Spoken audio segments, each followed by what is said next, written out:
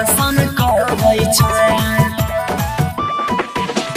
DJ Kanchan Raj Muzaffarpur Shivali recording studio Khagaria रोज दर्शन करै छै सैया बहारा से बिटिया कोल हरदम कहरै छै सैया बहारा से बिटिया कोल हरदम कहरै छै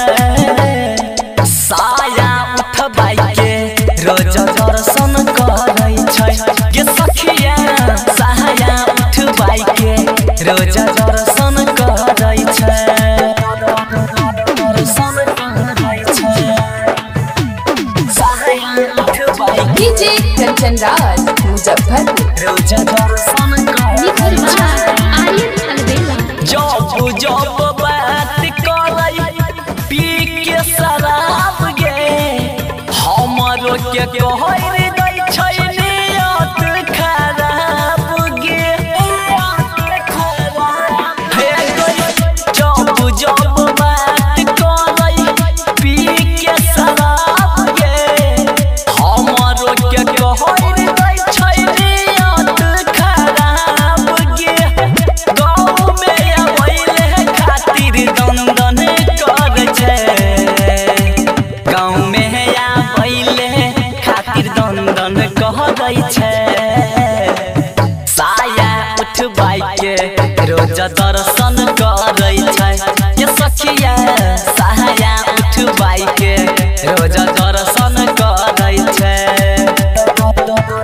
दर्शन करै छै साया उठबाई के डीजे कंचन राज मुजफ्फरपुर रोज दर्शन करै छै सेज पर सुताई की हमारा कहरै दूर गहती बुझे नहीं बात पिया पारा मोद देहाती सेज पर सुताई की हमारा कहरै दूर गहती बुझे नहीं बात पिया पारा मोद देहाती राइटर चंचल यारियन जबरन करै छै राइटर